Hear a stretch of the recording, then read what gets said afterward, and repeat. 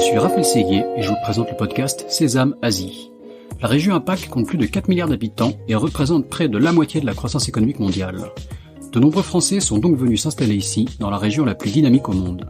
Cependant, réussir en Asie n'est pas toujours facile. C'est pourquoi j'ai décidé de voyager de Hong Kong à Singapour, en passant par Tokyo et Shanghai, pour rencontrer ces Français qui ont réussi en Asie, percer leurs secrets et les partager avec vous. Si le podcast Sésame Asie vous plaît, n'oubliez pas de laisser 5 étoiles et un commentaire sur Apple Podcast, cela m'aide beaucoup. Je vous souhaite une bonne écoute. Toutes mes excuses pour la qualité du son. Durant la première minute de cet épisode, le son n'est pas très bon, on entend des travaux en arrière-fond, mais ça s'arrange très vite. Donc Igor Duc, tu es CEO et founder de Native Union, une marque premium d'accessoires tech, distribuée notamment chez Apple et un peu partout.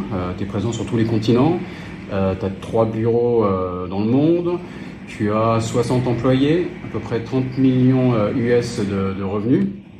Et donc c'est une entreprise que tu as démarrée ici à Hong Kong et tu vas nous raconter un peu cette aventure entrepreneuriale. Donc pour commencer, est-ce que tu peux t'introduire brièvement ? Plaisir. Déjà, écoute, merci de m'inviter, de t'intéresser à Native Union. Écoute, Igor, j'ai 39 ans, j'ai 3 enfants, une femme, je suis en Asie depuis plus de 12 ans. Et j'ai atterri en Asie par concours de circonstances. J'ai fait l'école de commerce, j'ai fait un semestre à Singapour à l'époque. J'ai beaucoup aimé Singapour. Je ne connaissais pas du tout qu'il y avait. J'ai eu l'Asie parce que j'ai pas eu les États-Unis. Donc j'ai été attiré par les États-Unis, j'ai pas réussi à être qualifié pour aller à San Diego. Du coup, je me suis retrouvé à Singapour. Il se trouve que je pense que c'était beaucoup mieux en fait comme expérience. Et de là, j'ai commencé à vraiment développer un intérêt pour cette partie du monde. Donc beaucoup voyagé à l'époque, un peu en Indonésie, un peu à Bali. Je suis revenu en France, j'ai appris l'indonésien. Et du coup, j'ai eu l'ambition très rapidement à la fin de mes études de repartir en Asie pour essayer de commencer à faire j'ai commencé à faire du trade de pierres entre l'Indonésie et la France. De pierres de construction ? De pierres de construction, de pierres de salle de bain, de grosses baignoires en marbre, essayer d'exploiter un peu l'indonésien que j'avais appris. D'accord. Et puis rapidement, je me suis dit qu'il fallait structurer quelque chose, donc j'ai commencé à monter ma première véritable société a été une société d'édition de mobilier contemporain. D'accord. Où on avait 22 ans, 23 ans. Édition de mobilier. Édition de mobilier. Ouais. Donc, toujours été assez attiré par ce monde de l'intérieur, du design, des beaux objets. 23 ans, pas du tout les moyens du coup d'acheter ces beaux objets et on se retrouvait tous avec des intérieurs qui étaient équivalents, on était tous équipés en Ikea. Et du coup, l'ambition très forte, peut-être un peu trop forte d'ailleurs, d'essayer de révolutionner ce marché et de se dire est-ce qu'on peut apporter de la création à un niveau de prix proche d'Ikea ou un peu plus cher. Et donc pour ça, c'était la combinaison de 2 choses. Déjà, on achetait nos designs aux étudiants qui finissaient leur projet d'école d'architecture ou d'école de design. Ils font souvent des super projets de fin d'année et le projet ensuite est caduc, oublié, qui passe beaucoup de temps et il y a souvent beaucoup de talent. Donc du coup, on allait racheter ces projets sous forme de royalty en fait. Et donc on était éditeur dans ce sens. Et ensuite, la production pour obtenir des prix les plus bas possibles finalement était basée en Asie. Donc du coup, je me suis retrouvé en Asie aussi, mais là en Chine, au nord de Pékin, même à la frontière avec la Russie, parce que c'est là où sont les arbres, les chênes, à développer du mobilier contemporain. Harbin par là-bas. Exactement, Chichia, Harbin, là où il fait très froid. C'est vrai par là-bas. On fait des sculptures de glace. Et on boit beaucoup de baijiu aussi, non toi ? Et on boit beaucoup de baijiu pour tenter de se réchauffer. Donc ça, c'était un peu le démarrage entre l'Asie et la France. Donc on a ouvert des magasins, je dis j'avais une associée à l'époque, des magasins à Paris. Et on distribuait aussi dans une centaine de magasins via le salon Maison et Objets. C'était une super expérience, c'était très très dur, parce que le mobilier c'est dur. Je crois qu'on le dit pas suffisamment, mais il y a quand même des bons et des mauvais métiers. En tout cas, des bons produits à développer et des produits à développer qui sont beaucoup plus complexes. Et souvent, plus le produit est petit et plus la valeur est forte, meilleur c'est. Surtout dans un monde global. Or, le mobilier, le produit est très gros, très lourd. et la valeur est pas énorme. Donc c'est un conseil important. Ouais, c'est un constat que j'ai fait aussi là. Donc le mobilier, c'est gros. C'est très local en fait. Le business du mobilier, c'est très local. Alors que tu vas passer toi t'es plus dans le consumer électronique, ce qui est petit et qui coûte cher. Donc en termes, le ratio au niveau du shipping est bien plus intéressant. Voilà. Et c'est une erreur que de nombreux débutants entrepreneurs, on pense pas à ce genre de détails. Donc ça c'est un point que je souligne, quoi. On pense pas du tout à ça. Alors je ne suis pas non plus dans la montre ou dans le bijou, en termes de ratio prix, volume, poids. C'est pas non plus le Graal, mais effectivement c'est mieux que le meuble. Donc c'était une expérience qui était extrêmement enrichissante, mais très très dure parce que on est tombé dans beaucoup de pièges, on va dire, de démarrage, parce qu'on n'était pas conscient déjà de la complexité du projet, et puis le manufacturing en Chine aussi est plein de surprises. Partait du principe qu'un produit commandé était un produit livré avec les bonnes spécifications, c'était pas du tout le cas. Donc je me suis retrouvé en fait à voyager beaucoup plus en Asie, puisque j'étais toujours basé à Paris, pour m'occuper de la production. D'accord. Et au fur et à mesure de ces voyages, j'ai commencé à venir un peu dans le Guangdong, à me rendre compte que donc la région de Canton, tout autour de Canton, c'était historiquement la zone de fabrication, de savoir-faire en fait, de travail du bois. On faisait beaucoup de mobilier en bois massif, donc tout un maillage de fournisseurs était basé autour de Canton. Et de Canton, je suis venu à Hong Kong un jour, passé 3 jours. Je suis vraiment tombé amoureux de Hong Kong, ce qui est pas difficile quand on a passé une semaine à Canton. J'avoue. Ou à Tchilchia. Et je me suis dit, waouh, il faut vraiment que je revienne ici. Cette ville est extraordinaire. Et donc, je me suis ensuite organisé pour me relocaliser à Hong Kong, toujours dans le contexte de cette société de développement de mobilier contemporain. Et donc pendant mes 2 premières années à Hong Kong, j'ai développé ce business. Je faisais un peu aussi du coup de contract, donc des hôtels en Asie, où on faisait le interior design et du coup on meublait aussi les hôtels. Toujours le design a l'air très important quand on le retrouve chez Native Union, mais depuis le début c'est un peu un trait d'union dans toutes ces expériences, non? C'est vrai. D'où vient cette passion du design? Écoute, je pense qu'elle me vient. C'est une bonne question. Je peux pas te dire d'où elle me vient. En tout cas, j'ai toujours été très sensible quand j'étais jeune. Je suis né à Paris et j'allais beaucoup faire du skate, me promener. Et je pense que déjà c'est une ville, Paris, qui t'infuse de belles choses. Donc je pense, j'ai jamais trop réfléchi, mais j'ai toujours trouvé ces moments de balade dans Paris extérieur très inspirant. Et ensuite, j'ai eu beaucoup d'amis dans mon cercle d'amis qui étaient très talentueux. J'ai toujours été un peu jaloux. J'ai toujours aimé, je pense, ce qui était beau, mais j'ai jamais eu le talent, malheureusement, moi-même, de retranscrire. Je pense être assez créatif, mais en revanche, avec aucun talent créatif. Donc, je suis créatif dans la tête, je suis incapable de le retranscrire. Du coup, je me suis entouré de gens très talentueux, d'où l'édition de mobilier contemporain, d'où ensuite effectivement un département design très important et très aiguisé chez Native Union. Donc voilà, on va dire que c'est un attrait personnel. C'est fait en interne. On reviendra ensuite sur Native Union. Je vais essayer de faire le trait d'union entre la fin de la première aventure. Tu viens de garder la cohérence. Mais effectivement, c'est fait en interne. Donc écoute, voilà ce qui m'a amené en Asie. Et ensuite, après... Donc tu arrives, tu t'installes pour de vrai à Hong Kong en 2009. D'accord. Et tu connaissais déjà un peu l'Asie, voilà. Je connaissais via Singapour, via la Chine. Ouais, donc c'était pas une grosse claque, et Hong Kong relativement civilisé, donc j'imagine que...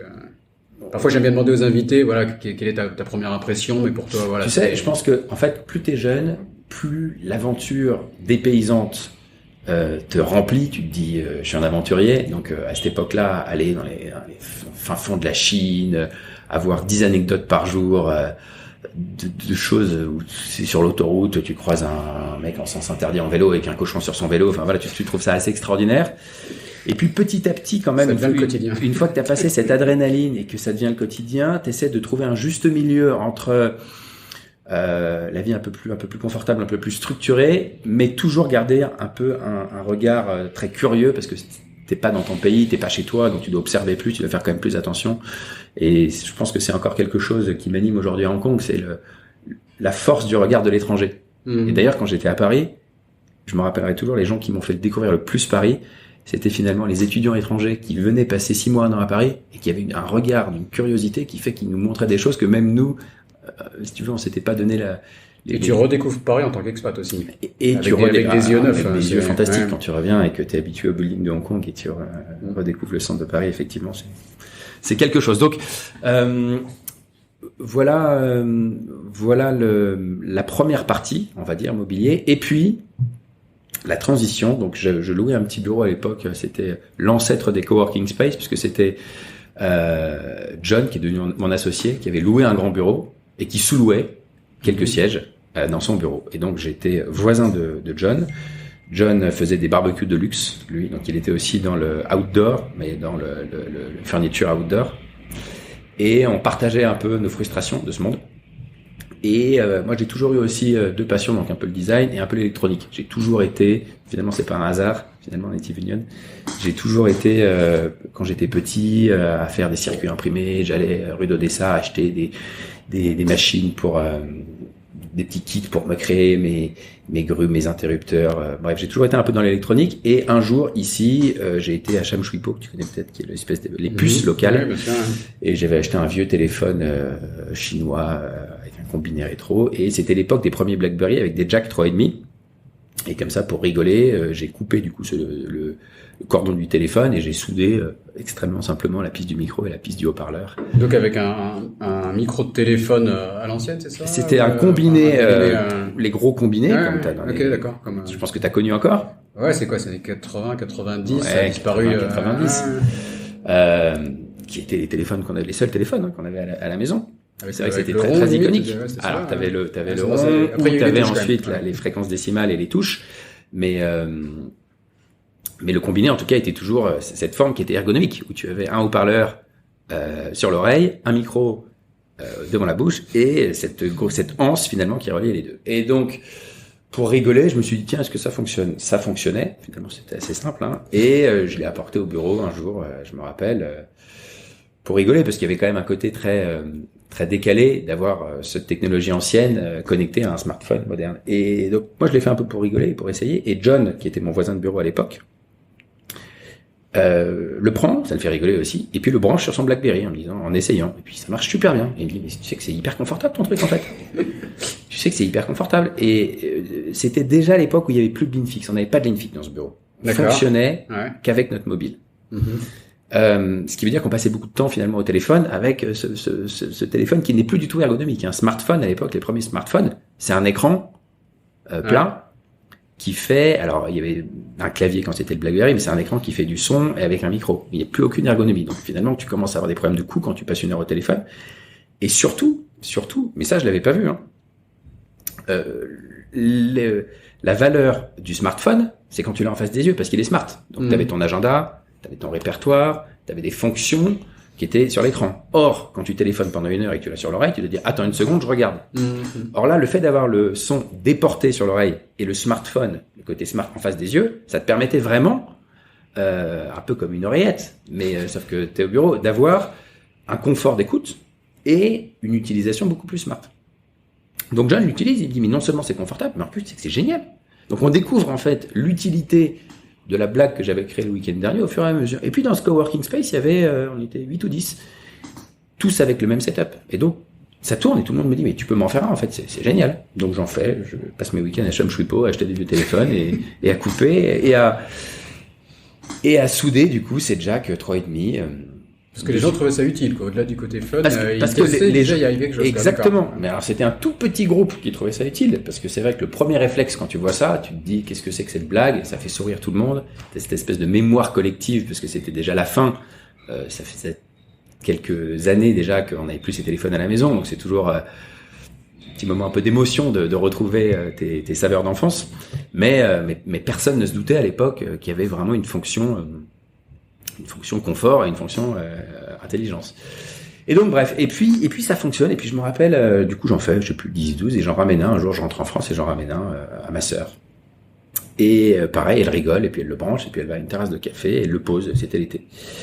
Et je me rappellerai quand même toujours de ce jour où elle m'appelle, elle me dit, est-ce que tu as 5 minutes? Je lui dis, oui, vas-y, bien sûr, je t'en prie. Et elle me dit, écoute-moi, j'étais à cette terrasse de café, j'ai laissé mon téléphone, je crois que c'était l'iPhone 1, ou je sais plus, iPhone 3 à l'époque, avec ton gros combiné sur la table, et j'ai eu en un quart d'heure 20 personnes qui sont venues me voir en me demandant qu'est-ce que c'est que ce truc, où est-ce que je peux l'acheter. Elle me dit je crois vraiment qu'il y a un truc à faire, réfléchis. Et donc avec John qui l'utilisait à côté, on s'est dit bon, Notre business est quand même dur, c'est quand même compliqué. Et t'aurais pu passer à côté, je veux dire, ta sœur ne t'aurait pas appelé, ça aurait pu finir dans un tiroir. Ou quand même. J'ai pas pensé avant cette espèce de détonateur que ça aurait pu être un business, tu vois. C'était compliqué, le meuble, on avait nos problèmes, j'avais pas envie de monter un deuxième business, voilà. C'était un peu farfelu à la base, quoi.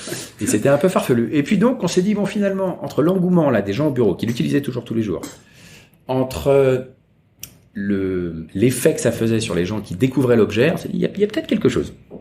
Et donc, on s'est dit, je crois qu'on a mis 5 000 $ chacun, on s'est dit, allez, on va ouvrir un tooling. Moi, j'avais plein de relations avec les designers. On va ouvrir un moule, exactement. Et on va essayer d'en faire une petite prod, et puis on va essayer de le vendre.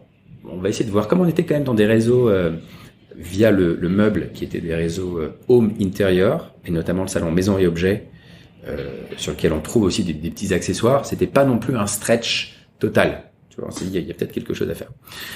Donc on a fait dessiner, c'était la partie hyper sympa, on a réinterprété le combiné rétro en le modernisant un peu. J'ai pris un designer français qui nous a fait un super travail d'ailleurs. On a pas mal travaillé l'acoustique, on a essayé de faire ça bien finalement. On s'est dit, on va essayer de passer d'un gadget à un produit que vraiment les gens vont utiliser, puisque nous on voyait l'utilité.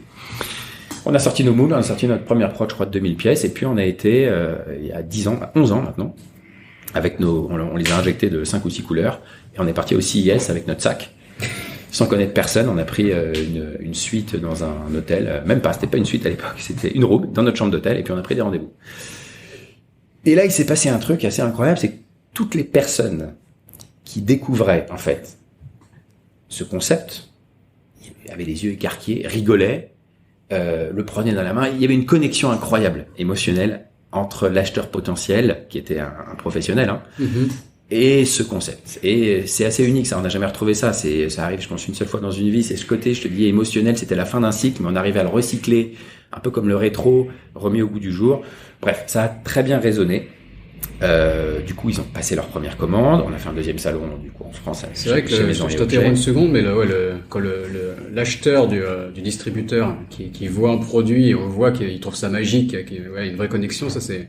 Moi, j'ai connu ça un peu dans la réalité virtuelle, où j'avais la chance souvent de faire découvrir aux gens sur les salons pour la première fois une expérience de VR.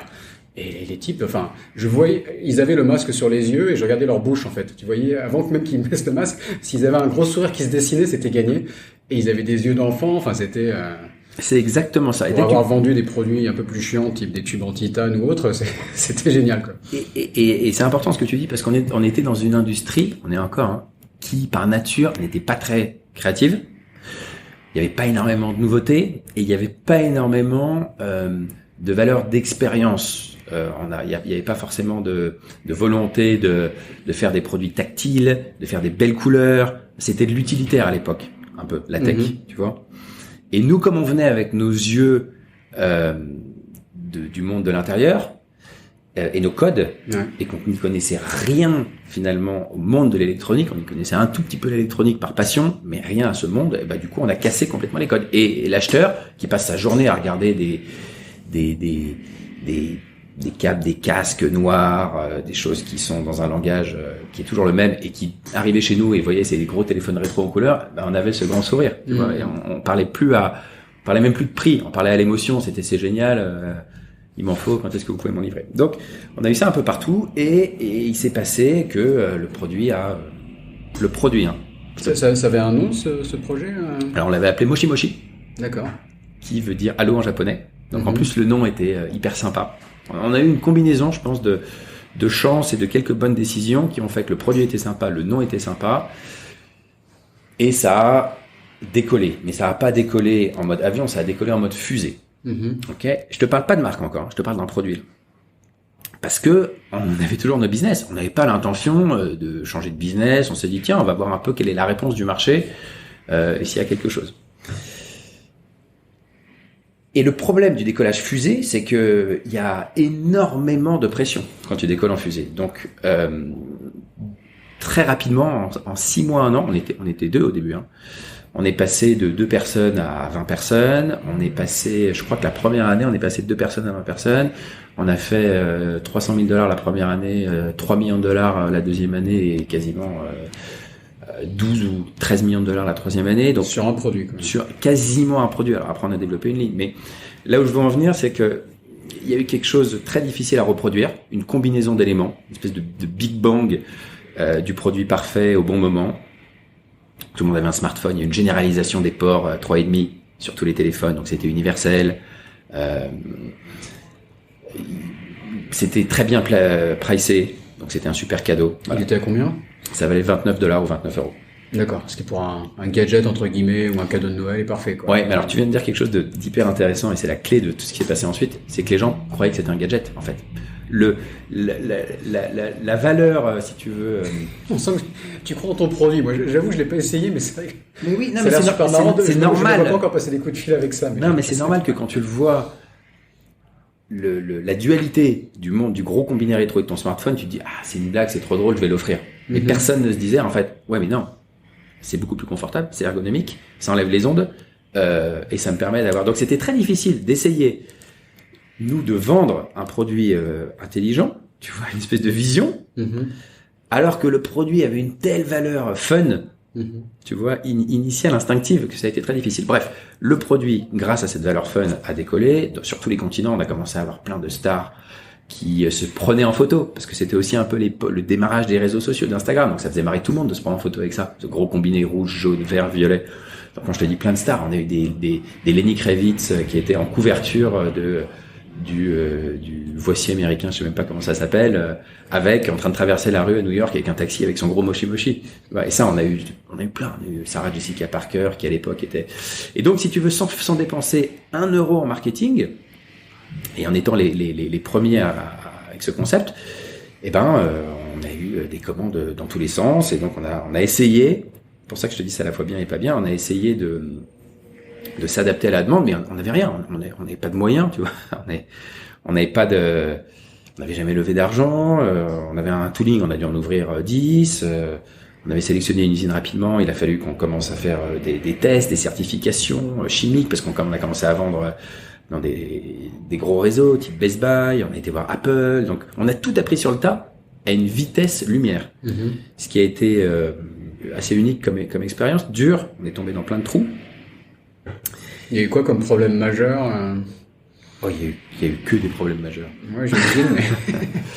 Mais... écoute, à part les problèmes, on va dire, de ramp-up de production, du coup, de qualité, de dupliquer des usines pour essayer d'avoir plus de capacité, etc. Le vrai problème majeur, c'est qu'on a eu, on a fait partie des produits les plus contrefaits 3 ans après notre lancement. D'accord. Il y avait les casques Beats qui avaient été lancés et il y avait les Moshi Moshi de Native Union. T'allais à la frontière entre Shenzhen et Hong Kong, tu sais, ces petits magasins qui vendent de tout, de rien et surtout pas mal de contrefaçons. C'était rempli de ces combinés rétro. Mais quand je te dis contrefaçon, et c'est là où la notion de marque devient intéressante, c'était pas des copies, c'était une copie avec notre logo dessus Native Union. D'accord, ok. Tu vois, donc là ça a été dramatique parce que soudainement les produits que nous on vendait environ 10-12 $ à peu près à nos revendeurs étaient vendus à 3-4 $. Alors pas du tout avec les mêmes niveaux de qualité, pas du tout avec les mêmes composants à l'intérieur, mais esthétiquement, extérieurement, c'était même. Quand ils veulent faire du cheap, tu peux pas. Et il y avait notre marque. Donc là on a eu un moment, une phase de traversée du désert, mais c'est même plus que ça, on n'a même pas traversé le désert, on était enseveli sous des quantités de stock énormes, parce qu'on était sur un rythme de vente très important, avec des centaines de milliers de pièces, des millions de pièces presque par an, on a vendu quasiment 2,5 millions de pièces. D'accord. Et du jour au lendemain, il y a eu une confusion telle dans le marché, parce qu'il y a eu des copies dans tous les sens avec le même logo, les acheteurs disaient mais quasiment impossible du coup de pouvoir déceler le vrai du faux. Donc là, il y a eu une vraie remise en question. On a failli mourir parce qu'on s'est retrouvé avec beaucoup de stock, plus de ventes. Et on s'est posé à ce moment-là une question que tout le monde se pose théoriquement en amont. Quand tu lances une boîte, a priori, tu réfléchis à ce que tu veux faire et puis ensuite tu lances. Nous, on a lancé un produit sans trop réfléchir. Je suis très honnête. Et ça a cartonné. Du coup, et puis on n'a pas eu le temps ensuite. Ça allait tellement vite, qu'on était tellement dans l'opérationnel qu'on s'est pas posé les questions de finalement qu'est-ce qu'on veut faire. Et donc là, on a pris le temps dans cette tempête de réfléchir à qu'est-ce qu'on peut apporter à ce marché. Aujourd'hui, on a quand même du coup un catalogue de clients qui était assez exceptionnel sur tous les continents, du department store, du fashion store, des magasins en fait de mode vendaient notre accessoire comme accessoire de mode. Des retailers quand tu dis des retailers. En passant par des distributeurs, j'imagine, souvent. Alors, on avait des distributeurs, on commençait déjà à travailler un peu en direct, parce qu'on allait beaucoup voir les clients, on voyageait beaucoup à l'époque. Et donc on s'est dit, bon, on a ce pool de clients qui a une grosse valeur, qui est en recherche de produits un peu tech, on le voyait. On a cette capacité de savoir intégrer du design, des beaux matériaux dans le monde de la tech, parce que finalement on l'a fait, on était un peu entre les deux. Est-ce que ce serait pas le moment de monter une marque vraiment, avec tout ce que ça implique, des valeurs de marque, une discipline de marque, des codes, un ADN, des catégories produits beaucoup plus segmentées, déterminées et définies, entre la tech et le lifestyle. Et là on s'est dit finalement ça a un sens énorme, puisque on voyait que le smartphone allait devenir l'épicentre de nos vies. C'était en transformation totale. Le smartphone était du coup sur toutes les tables, devenait un accessoire de statut social, déjà avec l'iPhone à l'époque, versus Android.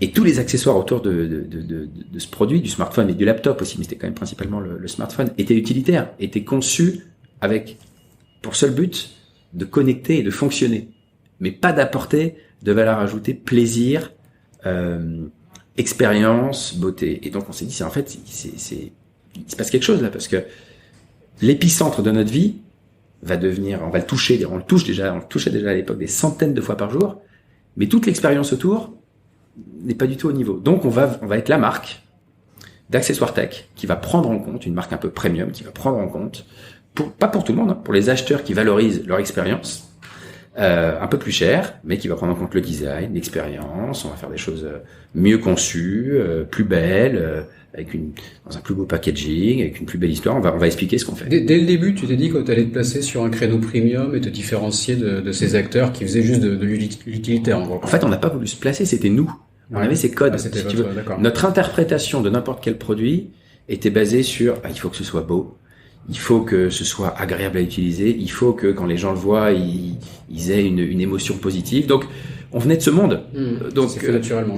Là où beaucoup de gens essaient de positionner leurs produits parce qu'ils ont identifié un marché qui leur paraissait porteur, mais c'est pas forcément eux. Nous, c'était tout l'inverse. Ouais. Nous, on avait ça dans nos tripes et on l'a appliqué au monde de la tech. D'accord. Tu vois? Donc, c'est très authentique en fait comme démarche. Ouais. Et d'ailleurs, je pense que c'est aussi pour ça qu'aujourd'hui, je veux pas dire qu'on a peu de concurrents, mais c'est difficile pour des marques de venir sur cette espèce d'entre-deux entre la tech et le lifestyle, parce qu'il faut avoir un peu cette double nationalité. Tu vois, il faut avoir cet ADN. Tu peux pas être tech et dire tiens, je vais monter une gamme design avec dans ta société que des gens qui sont basés sur de la performance, des technologies, mais qui n'ont pas cette sensibilité. Donc il faut avoir aussi l'équilibre au niveau de la société, au niveau des talents dans la société. Nous aujourd'hui, Native Union, on a autant de designers que d'ingénieurs, et cette espèce de point de vue entre l'élégance et la performance qu'on a depuis le début, eh ben il est built-in en fait dans la. Et tu crées une marque assez forte, j'imagine, parce que une case de téléphone, c'est interchangeable. Mais si on est client Native Union et qu'on apprécie le design, là il y a une vraie identité de marque et on peut devenir client fidèle, quoi. C'est vraiment ça une marque en fait. C'est que quelqu'un ait envie d'incorporer dans sa vie un produit qui va il va représenter un peu une communauté ou des valeurs. Et en l'occurrence, effectivement, tu vois là, tu vois, bon, évidemment. J'ai lu que tu étais fidèle aux marques toi-même. Tu parlais de tes chaussures Vans ou. Ouais, je suis très fidèle. C'est vrai. Donc encore une fois, tu appliques un peu tes propres principes, quoi. Ouais, bah, je suis très marque. Ouais, je pense que c'est très important, surtout dans notre monde qui est très de plus en plus digital. Je pense que l'émotion. Déjà, nous, humains, on reste physique. Faut pas oublier. On parle que du software aujourd'hui, du SaaS, du digital. Mais qu'est-ce qui va bridger, qu'est-ce qui va lier le monde physique à ce monde digital? Eh ben, ça reste du hardware. Tu vois. Et l'émotion, elle reste sur du visuel, du toucher. C'est lié à tes sens. Donc, oui, je suis très fidèle, effectivement, parce que des marques je vérifie, c'est vrai qui n'ont pas des marques qui n'ont pas trahi leurs valeurs en fait pendant des années, c'est comme un vieux copain qui reste le même, tu vois. Donc c'est vrai que je suis très fidèle aux marques. D'accord. Donc là tu nous as amené donc sur il y a une transition assez naturelle qui s'est faite entre Moshi Moshi et Native Union, c'est ça? Voilà. Du coup,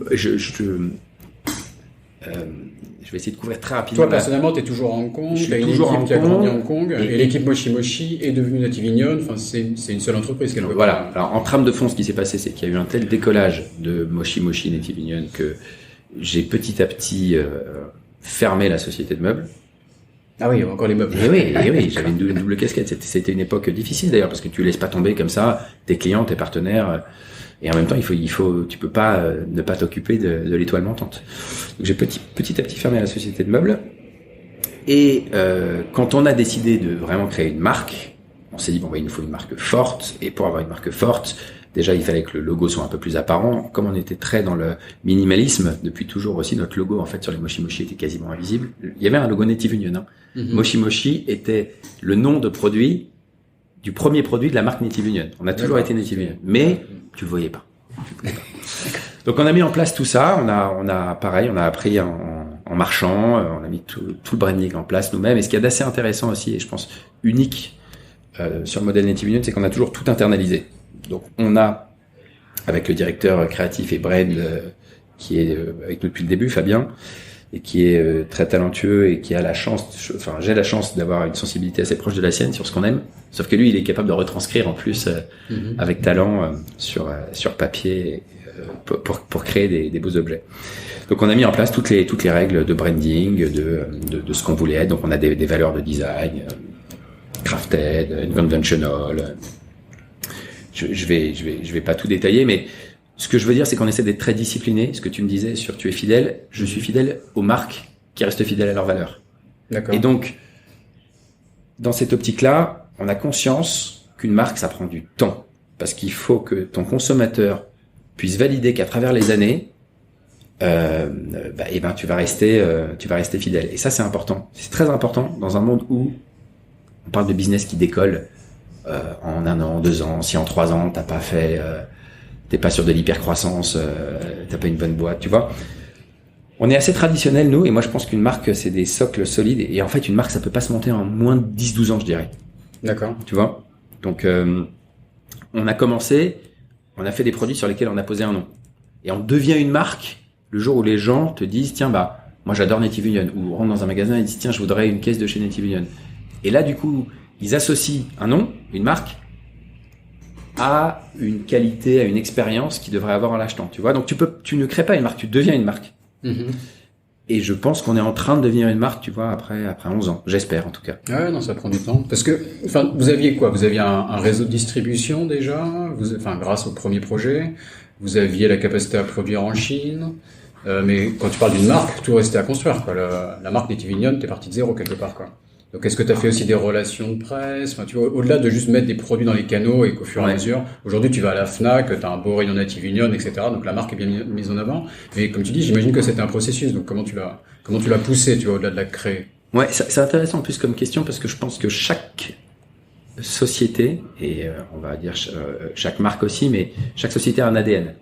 Et en fonction de ton ADN, tu vas développer une marque en commençant par, alors ça peut être le marketing. Tu vois, t'as des marques, t'as des super marketeurs à l'intérieur, ils vont te créer une histoire extraordinaire, ils vont mettre moins d'accent peut-être sur le produit. Ça peut être des financiers qui ont mis au point un modèle financier extraordinaire et du coup, ils vont réussir dès le début à créer une profitabilité extraordinaire. Voilà. Nous, notre ADN, c'est le produit. Et du coup, on a tout mis dans le produit. Et ce que je te dis, c'est aussi une erreur qu'on a faite. Mais en même temps, on a toujours été authentique. C'est-à-dire qu'on a fait très très très très peu de marketing. Moi, j'ai toujours été contre le marketing, même de manière un peu trop vocale. J'ai jamais compris pourquoi est-ce que tu devais mettre sur un produit, on va dire, à $10 à fabriquer, $3 dans le marketing. Je préfère les mettre dans le produit et que le client final ait le maximum de valeur dans ce qu'il achète, qu'il soit tellement satisfait que lui-même fasse le marketing en disant c'est un des super produits Native Union. Tu vois, donc j'ai toujours été philosophiquement contre le marketing. Donc, pour répondre à ta question, comment est-ce qu'on a fait, nous? On a vraiment essayé de faire des très très bons produits. De passer beaucoup de temps à développer quasiment chaque pièce, chaque vis d'un produit Native Union et redévelopper en interne. On ouvrait des toolings pour tout. On a passé beaucoup trop de temps. On était un peu trop puriste et perfectionniste. Et ça a été une erreur aussi. Mais je pense que, à long terme, les gens auront perçu ces petits détails imperceptibles et c'est ce qui fait qu'on est devenu une marque. Après, On a commencé à faire un petit peu de PR, mais très peu, pareil, on n'y a pas trop cru. Évidemment, un peu de marketing. Et après, on a été, je pense, l'autre paramètre qui a fait qu'on s'en est pas trop mal sorti, c'est qu'on a été très proche des clients. On voyageait beaucoup. On allait voir nos clients, on faisait nous-mêmes nos présentations, on allait sur tous les points de vente, on faisait une dizaine de salons par an aux quatre coins du monde. Donc voilà, on a été très produit et très connecté aux clients. D'accord. Et donc ça, c'est comment est-ce que tu as géré la construction d'un réseau de distribution avec des distributeurs, puis des retailers, ou tu l'as dit peut-être de plus en plus en direct avec les retailers? Alors au début, tu commences souvent par un distributeur parce que être en direct, c'est beaucoup plus complexe. Donc tu donnes de la marge à un distributeur. Le problème avec un distributeur, de manière générale, je fais une généralité, c'est qu'il fait moins bien le travail que toi. C'est normal. Il représente une dizaine de marques, il est moins passionné, il connaît moins bien le produit que toi. Donc tu te retrouves quand même à avoir un message très dilué. Or, quand on fait des produits comme les nôtres, où on a vraiment réfléchi au produit, pourquoi est-ce qu'on l'a fait, pourquoi est-ce qu'il est supérieur, et qu'on a un distributeur qui dit juste, bah ouais, c'est un câble, il est beau, alors qu'en fait, il fait beaucoup plus que ça nous a vite frustrés. Et donc, on a très rapidement mis au point un système où on allait sur place dans les marchés, on a monté un petit bureau aux États-Unis, un petit bureau en Europe, et on essayait un maximum de récupérer la distribution en direct, d'aller nous-mêmes pitcher le client final, parce qu'avec cet intermédiaire en moins, il valorisait beaucoup plus ce qu'on faisait, il comprenait beaucoup plus, et on était capable, rappelle-toi que nos produits sont probablement un peu plus chers à fabriquer que les produits de nos concurrents, puisqu'on fait pas de marketing, on met tout dans le produit. Donc il faut aussi que les gens comprennent tous ces détails pour accepter de prendre un peu moins de marge, tu vois. Et donc pour ça, quand je te dis les gens, je te parle des retailers en l'occurrence. Ok, on comprend, ce produit il est plus cher, on va donner plus de valeur à notre client, nous aussi, mais du coup, on va prendre un peu moins de marge. Et pour ça, on a dû aller. C'est pas aussi facile, non? Ça doit être des discussions un peu tendues parfois. C'est pas facile, mais tu ne peux pas le faire autrement qu'en direct. Tu ne peux pas demander à quelqu'un de te représenter pour aller vendre toute l'énergie et tout le côté un peu clever que tu as mis dans ton produit. Tu vois. D'accord. C'est à toi de le faire. Donc voilà un peu nous notre manière, encore une fois, chaque société a sa manière de créer son réseau de distribution, mais notre réseau de distribution, c'est encore une fois créé par des bons produits, et donc les gens souvent voulaient Native Union plutôt qu'avoir mis beaucoup d'argent dans une armée de commerciaux qui auraient été proactivement vendre le produit. D'accord. Et le fait d'être à Hong Kong, donc ton siège reste à Hong Kong, donc tu gardes une grande proximité avec la production. Est-ce que quels sont les avantages, les inconvénients d'être basé ici? Alors écoute, les avantages, c'est que c'est une grande force parce qu'on est très connecté avec les fournisseurs. Et pour moi, le fournisseur, il est aussi important que le client. C'est fait en Chine essentiellement. Quasiment tout est fait en Chine. Ouais, okay. Tout est fait en Chine parce que c'est la meilleure qualité qu'on puisse trouver. D'ailleurs, Apple, qui est notre plus gros client aujourd'hui, ne certifie des usines, des fournisseurs qu'en Chine. Si tu veux être certifié Apple sur de la charge, sur un certain nombre de technologies, tu ne peux pas fabriquer ailleurs qu'en Chine. D'accord. Et aujourd'hui, si on devait faire ailleurs qu'en Chine, on aurait une qualité bien inférieure en fait. Et donc la qualité, quoi. Avant le coût ou d'autres raisons. La qualité, la performance, les équipements de fabrication, les fournisseurs, les fabricants les plus puissants aujourd'hui sont en Chine, et Foxconn & Co. Et qui est comme taïwanais, mais en Chine. Avec des unités de production en Chine. Donc déjà, il y a souvent une confusion. On voit souvent Foxconn affiché comme une entreprise chinoise. Et bon, c'est vrai qu'ils sont essentiellement en Chine, mais ça reste taïwanais. Et ce que tu dis est très vrai. Il y a énormément d'unités de production en Chine qui sont détenues par des sociétés taïwanaises, des sociétés coréennes, des sociétés, mais la grande majorité quand même du manufacturing se fait en Chine, parce que le maillage de fournisseurs, comment ça s'appelle en français? Le maillage de fournisseurs, la supply chain. Ouais, mais en français, qui me reviendra. On l'a plus d'ailleurs en France. On n'a plus les fournisseurs. C'est très compliqué de réindustrialiser parce qu'il nous manque les fournisseurs. En Chine, ils font tout. Ils font le cuivre du câble, ils l'usinent, ils tissent. Je te prends un exemple de câble. Ils vont tisser la fibre de nylon. Ils vont assembler. Tu vois, tous les fournisseurs sont disponibles en Chine. Donc même si demain on devait assembler en Corée ou à Taïwan, ce qu'on fait un peu d'ailleurs, les matériaux seront importés de Chine. D'accord. Non, je viens de faire un épisode avec Kima, donc sur le contrôle qualité, et il y avait un peu le même feedback. Lui, enfin, ils ont une vision globale, hein. Il chapeaute 85 pays où il y a de la production. Il voit le Vietnam se développer, mais voilà, la Chine reste irremplaçable, quoi. Donc je pense qu'il faut mettre un bémol quand on dit la production de Chine c'est fini, tout va ailleurs. Ouais. On en est encore loin. Non, mais donc avantage et inconvénient. Avantage, c'est qu'on est très proche. Et je te disais, une des spécificités, c'est que on valorise pour nous le fournisseur autant que le client, et c'est quelque chose qui est rare dans l'industrie. Les gens pensent encore que le fabricant, c'est juste ton fabricant. Or, finalement, il y a probablement beaucoup plus de valeur d'être très proche de ton fabricant. D'accord. Et donc, parle-nous un peu de la production en Chine. Enfin, toutes ces années de production en Chine, où je comprends que tu es très présent, tu es CEO, tu es basé à Hong Kong, mais tu m'avais expliqué que tu es assez... Tu mets un peu les mains dans le cambouis, tu vas dans les usines, etc. Enfin, il a dû t'arriver de sacrées aventures, donc je sais pas si tu as des anecdotes qui te viennent à l'esprit. Et enfin, fais-nous un peu partager sur ton expérience vraiment sur le côté production. Et même, enfin, ça m'intéresse à savoir, est-ce que tu travailles avec plein d'usines différentes, est-ce que tu es fidèle avec les usines, enfin, tu vois, comment tu gères ça, quoi? Alors écoute, oui, déjà j'aime beaucoup ça. C'est-à-dire que quand je suis arrivé, je te dis en Chine, le côté explorateur, aventurier, quand tu arrives dans une usine et quand t'aimes un peu le produit, l'électronique, le DIY, et que tu comprends en fait comment un produit est conçu, c'est fascinant. C'est Charlie et la chocolaterie en format réel. Non mais tu vois des matériaux qui arrivent d'un côté, tu vois de la transformation, tu vois des lignes de production, tu vois des lignes d'assemblage et tu vois un produit fini qui ressort. Je suis toujours autant fasciné en fait. Je trouve que tu vois mes amis qui viennent à Hong Kong, qui passent par Hong Kong, parfois je leur dis mais prenez une journée, venez avec moi en Chine et venez voir une ligne de production et vous allez revenir en France et ça aura été le meilleur souvenir, je pense en tout cas le plus marquant de votre voyage ici.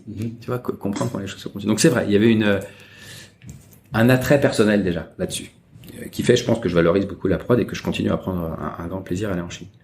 Des anecdotes, il y a que des anecdotes parce que c'est un monde monde parallèle déjà. L'échelle de ces, alors il y a des petites usines, des moyennes usines, des grandes usines, mais l'échelle, la manière dont ils valorisent le client, tu sais, au début, je sais pas si t'en as fait un peu aussi, mais au début tu n'es pas encore client, t'as rien dépensé, ils viennent te chercher, ils te payent des nuits d'hôtel, donc leur manière, eux, finalement, d'aller faire du développement commercial, elle est incroyable. Là où en France, tu te dis, attends, je veux pas commencer à dépenser. Là, ici, ils peuvent ils te font parfois des prototypes. Alors c'est plus simple maintenant parce qu'on est devenu une marque qui a un peu plus de notoriété. Mais même à l'époque, c'était très surprenant de voir comme le patron de l'usine vient te chercher. Et tu vois, à l'époque, j'avais 22 ans, 23 ans. T'avais ces déjeuners traditionnels. Bah, t'as dû en avoir plein d'anecdotes là-dessus. Donc voilà, mais évidemment, c'est... Non, pas trop. Non, vas-y, c'était des histoires marrantes. Mais non, tu te retrouves à... Les gens osent pas les raconter, peut-être. Mais si, mais tu te retrouves dans un restaurant avec... je vais essayer de pas exagérer, mais je pense 150 tables, un espace avec 150 tables à 200 tables, à avoir une montagne de nourriture qui arrive sur la table comme si c'était dans les 12 travaux d'Astérix, le repas, alors qu'on n'est que 5. Et la grande table ronde, tous les plats qui sont partagés au milieu, on pioche avec les baguettes. Et voilà, avec des trucs extrêmement exotiques, où au début tu te dis tiens c'est marrant, ça me rappelle quelque chose que j'ai en face de moi, et puis en fait quand tu regardes bien et que tu fais un zoom avec ta rétine, tu te rends compte que tu as une tête de canard avec le bec ouvert et t'as la langue, et qu'il faut en fait ouvrir les deux côtés du bec, attraper la langue et tirer et manger ta langue, et qu'évidemment tout le monde te regarde parce qu'ils sont morts de rire, et ta capacité à manger ta langue sans sourciller va faire que ils vont t'estimer bien pour la négo de l'après-midi. Donc voilà, mais ça il y en a des centaines des anecdotes, et sur le moment tu te dis c'est pas possible, c'est horrible, tu rentres à Hong Kong, c'est toujours, je sais pas si tu as eu cette sensation, tu reviens de Chine, tu passes la douane, tu arrives à Hong Kong, c'est beau, c'est propre, ça y est, t'es sécurisé. Tu vois, tu pars là-bas, tu passes la frontière, c'est le Far West, c'est comme un dessin animé. Hop, l'écran s'ouvre. Tu passes d'un monde à l'autre quand tu passes la frontière à pied, c'est vrai, mais ça commence à changer. J'ai été surpris la dernière fois je sais pas comment ça s'appelle, le quartier où il y a l'immeuble d'Alibaba à côté de Shenzhen. Ouais. Et il y a des coins qui commencent à devenir tellement modernes, on se dit, oula, Hong Kong commence à devenir un peu vieillot. C'est vrai. On voit. Donc c'est en train de s'inverser, quoi. C'est très vrai, des quartiers avec des bus électriques, des tours, on se croirait,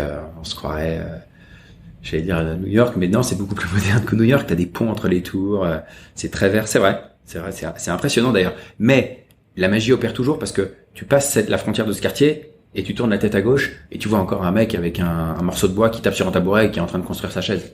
Donc voilà, je trouve ça toujours aussi fascinant. Donc ça, c'était pour les avantages. Je pense que ça nous donne un avantage concurrentiel. Les inconvénients, il y en a un gros, et encore une fois, je pense qu'on a fait une erreur, mais ça fait partie du chemin. C'est très difficile d'être une marque née à Hong Kong, basée à Hong Kong, et de clamer un drapeau hongkongais en disant on est une marque hongkongaise. Parce que dans l'inconscient des gens, malheureusement, une marque hongkongaise, ça n'a pas autant de valeur qu'une marque française ou qu'une marque américaine. Et c'est vrai, hein, il faut le dire. Déjà, Hong Kong, Chine, même parfois Japon, Asie, les gens font des confusions. Mais comme il n'y a pas eu, on va dire, de très belles marques hongkongaises connues et réputées, les gens se disent encore Hong Kong, trading, production, voilà. Et nous, on était probablement encore un peu trop honnêtes à l'époque. On s'est dit mais non, Hong Kong c'est génial, c'est une super ville, c'est l'avenir. On est une marque hongkongaise. D'accord. On est un Français, un Anglais. Non, mais on se clamait en tant que marque hongkongaise. On faisait tous nos photoshoots ici, on disait on est à Hong Kong et c'est super cool. Et en fait, on s'est rendu compte qu'il y a quand même un gros ADN français chez Native Union.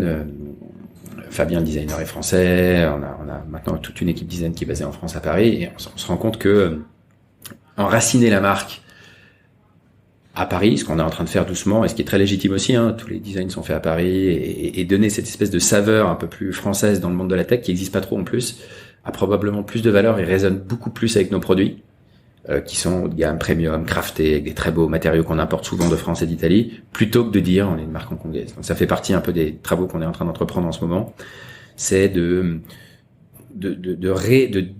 déraciner, mais les racines étaient assez petites à Hong Kong,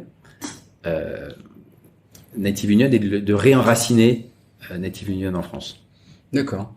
Et je me demandais comment ça se passe. On entend souvent parler donc vous êtes, les marques qui sont vous tournez autour du smartphone et même des produits Apple, quasi uniquement en fait. Vous couvrez pas tout ce qui est Samsung, Android.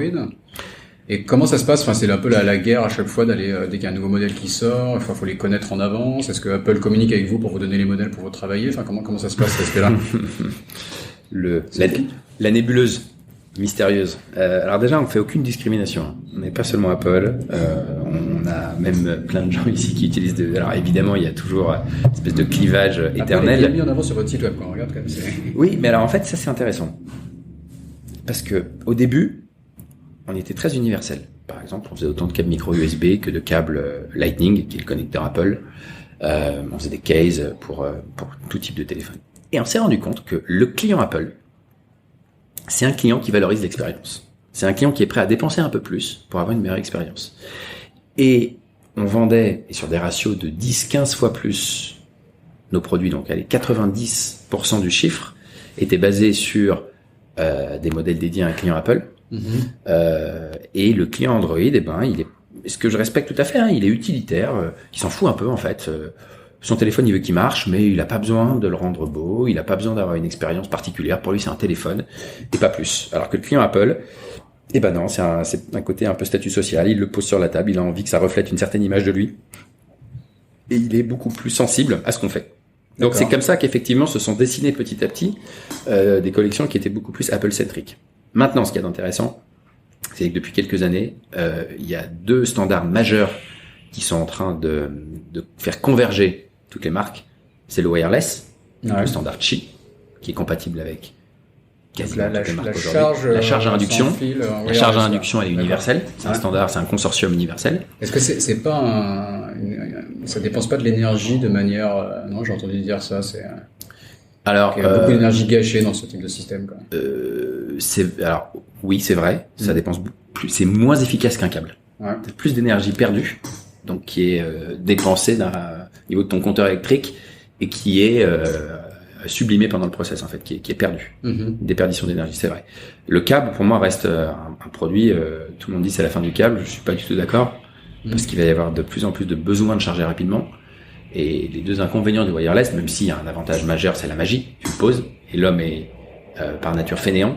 Donc entre poser ou plugger, finalement poser, c'est un vrai avantage.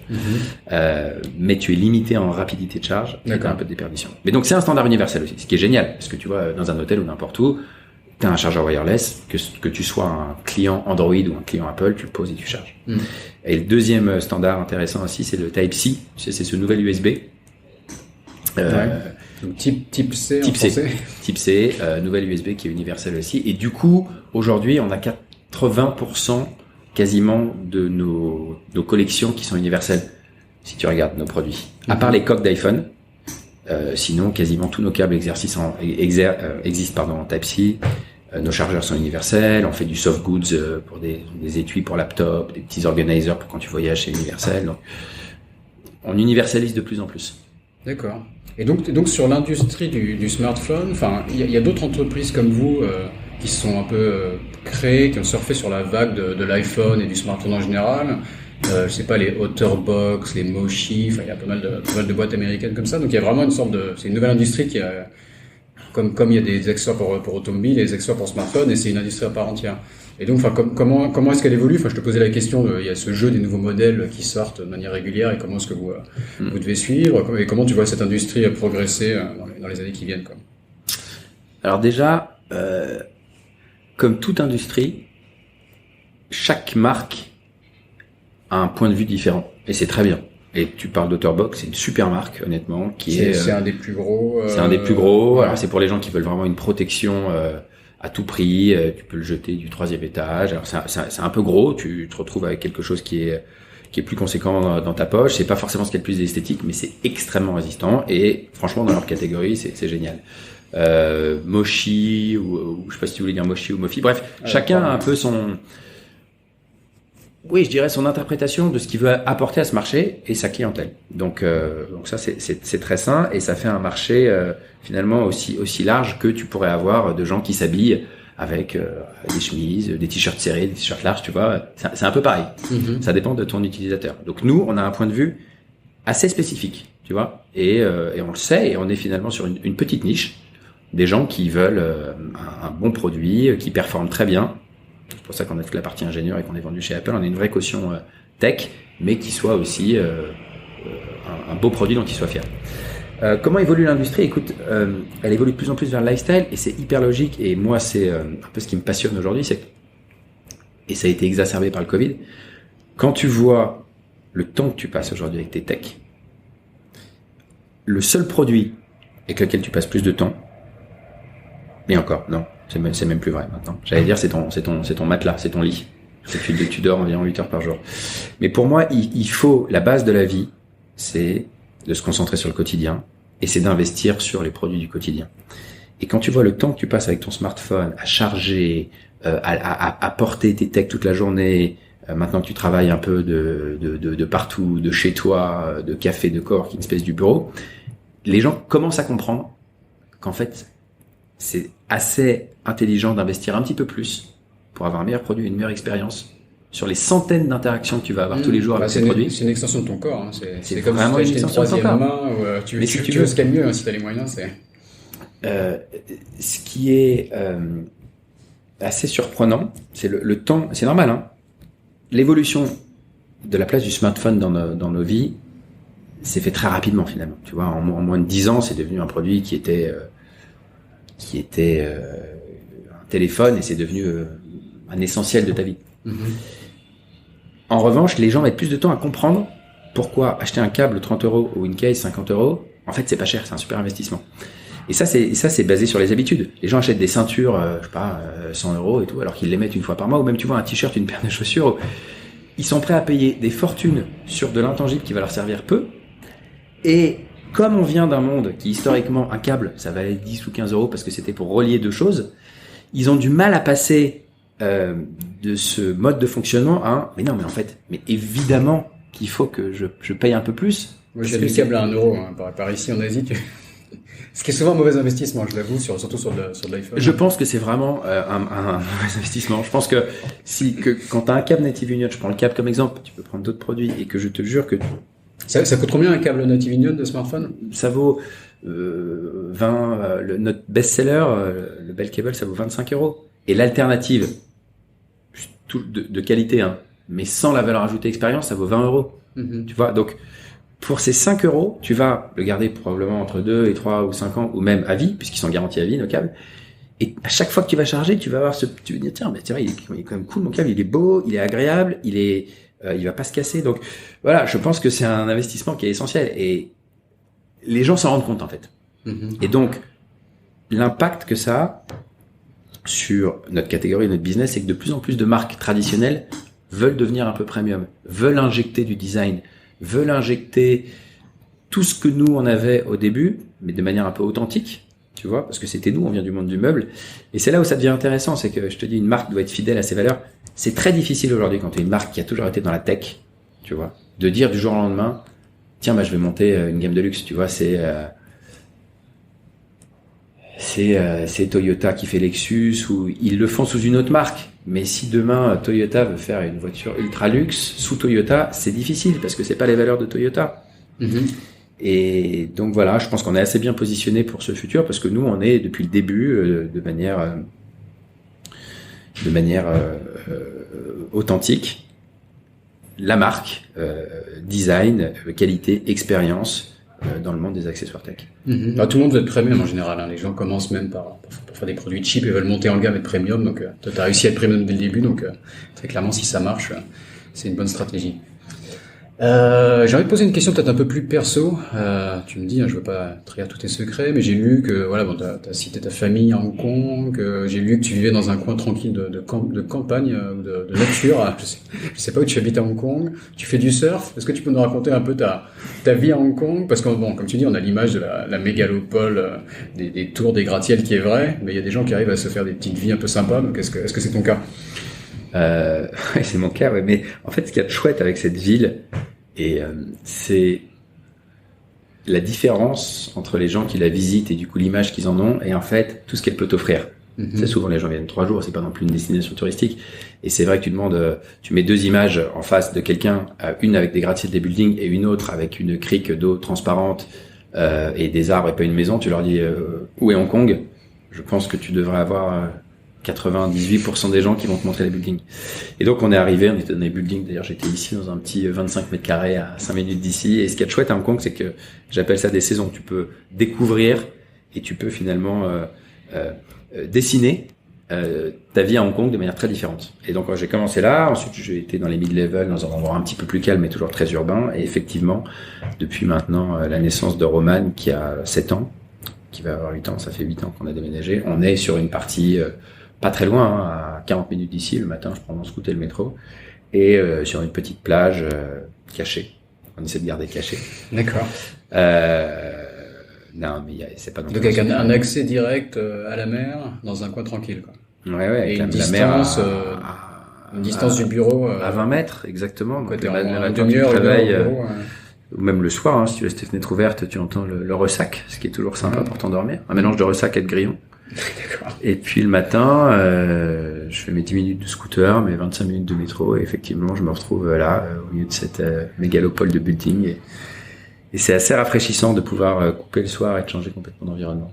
Voilà. D'accord. Un peu Et le surf aussi, tu surfes Non, c'est si, c'est pour la légende. Je deviens vieux. Non, mais Hong Kong regorge de secrets, et parmi les secrets, effectivement, il y a les spots qui sont connus sur l'île, Big Wave Bay, etc.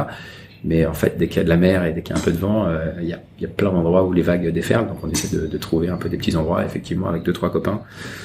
On essaie parfois de s'échapper et d'aller glisser sur les vagues des alentours. Je teste un peu le kitesurf ici, qui est un peu difficile. Il n'y a pas tellement de vent. Non, c'est difficile. Mais le surf, ouais, c'est vrai que ça surfe pas mal, quoi. Ouais, non, il y a du monde. Il y a une petite communauté. D'accord. Bon, on arrive à la fin de cet entretien. Donc, je vais te poser la fameuse question signature de ce podcast. Est-ce que tu as une astuce pour hacker l'Asie que tu peux partager avec nous? Oula, je te vois réfléchir. Ouais, non, je réfléchis. Écoute, je suis pas sûr. Tu sais, la marque est authentique, je vais essayer de l'être aussi. Je suis pas sûr d'avoir une technique pour hacker l'Asie. D'accord. Ok, en tout cas pas encore. Mais je pense qu'avant de hacker, le hacker, il est expert dans son domaine. Il faut déjà la comprendre. Ensuite, il faut la maîtriser. Et ensuite, il faut la hacker. J'en suis pas du tout à la hacker. Loin de là. Je pense que je suis en fin de compréhension, tu vois, après 12 ans. Et donc, il me reste la maîtrise. Donc, tu reviens peut-être dans 10 ans, peut-être que je pourrais te répondre sur le hacking. J'en suis pas là. Mais Ce que je peux te dire, peut-être sur le côté du coup, comprendre l'Asie, c'est un peu, ça rejoint ce que je viens de te dire entre les idées reçues et la réalité. Tu viens à Hong Kong, où les gens même qui ont Hong Kong de loin dans leur imaginaire voient la Chine, des buildings, une vie extrêmement rapide, très stressante, etc. Et tu as le côté caché. Et je pense que le plus important pour moi en Asie, c'est pour ça que je suis toujours dans cette phase 1, c'est l'observation en fait. C'est de continuer à observer et de voir comment est-ce qu'il fonctionne. Parce que c'est vrai qu'on fonctionne finalement assez différemment avec les Asiatiques. Et on a quand même été forgé dans un pays avec une culture où une situation égale ton cerveau qui va l'interpréter d'une certaine manière. Mm-hmm. Or ici, l'interprétation se fait de manière différente. Et je suis toujours en train de... Alors je comprends un peu mieux, je pense, parce qu'évidemment, après avoir une cinquantaine de collaborateurs ici, 80% sont locaux, après avoir fait plein d'embauches, après avoir eu plein de situations qui n'étaient pas du tout les situations que j'aurais imaginées au début, tu commences à comprendre comment est-ce qu'il fonctionne et donc à t'adapter un peu plus, à préempter les problèmes que tu pourrais avoir, à être un peu entre les deux. Et je pense que la force finalement, sans répondre à ta question, c'est pas hacker l'Asie, mais c'est de réussir à la comprendre et à apporter nos espèces de valeurs culturelles qu'on a eues, occidentales, européennes, françaises, tu vois, qui sont fortes aussi et qui, il y a plein de choses qu'ils n'ont pas ici et qui sont, à mon avis, très intéressantes et très importantes. Donc si tu peux importer ça, injecter ça, je vais te parler en fait dans tes équipes ici. Mm-hmm. Je vais retourner à la question comme ça. Comment est-ce que je peux hacker un peu mes équipes? C'est essayer de leur apporter tout ce que nous on a eu dans la civilisation occidentale, alors notamment un espèce d'esprit critique. Il y a quand même un gros esprit critique en France qui est pas très développé ici. C'est sûr. Leur donner l'opportunité et même les pousser à réfléchir, à critiquer, un esprit d'initiative. En disant c'est pas grave, tu vas faire une erreur, mais vas-y, engage-toi sur cette voie. Tout en respectant aussi leur manière de réfléchir, de fonctionner, leur capacité de travail. Et là, je pense que tu as un truc effectivement assez fort, tu vois. Si tu arrives à respecter leur culture et à injecter un peu quelques doses de la nôtre, et puis c'est chouette parce que du coup, eux aussi sont assez ouverts, tu vois. Quand tu leur imposes pas, mais que tu leur dis regardez comment nous on fait chez nous, c'est pas mal aussi, non? Et qui te disent ah ouais, c'est marrant, nous on aurait, parce qu'ils sont quand même, ils ont une éducation qui est assez directionnelle, donc des choses, tu veux, qu'ils avaient pas, auxquelles ils s'étaient pas confrontés. Donc voilà, je pense que mon point pour hacker l'Asie, c'est de bien l'observer et d'essayer de la modeler par rapport à notre culture. Voilà, et d'avoir un super power. D'accord. Non, moi, je te remercie pour ces conseils de management et de partager ton expérience. Je suis sûr que ça va être utile pour certains de nos auditeurs. Bon, on va s'arrêter là. Merci beaucoup. Je t'en prie. Merci à toi. Salut Raphaël. Cet épisode de Sésame Asie est maintenant fini. Si vous êtes toujours là, c'est que ça vous a sûrement plu. N'hésitez donc pas à laisser 5 étoiles et un commentaire sur Apple Podcast. Cela m'aide beaucoup. Pour me contacter, le plus simple est de m'ajouter sur LinkedIn, Raphaël Séguier, S-E-G-H-I-E-R. N'hésitez pas à me dire ce que vous avez pensé du podcast, à suggérer des invités ou des thèmes qui vous intéressent. Tout feedback est le bienvenu. Merci d'avance et je vous retrouve au prochain épisode. Salut!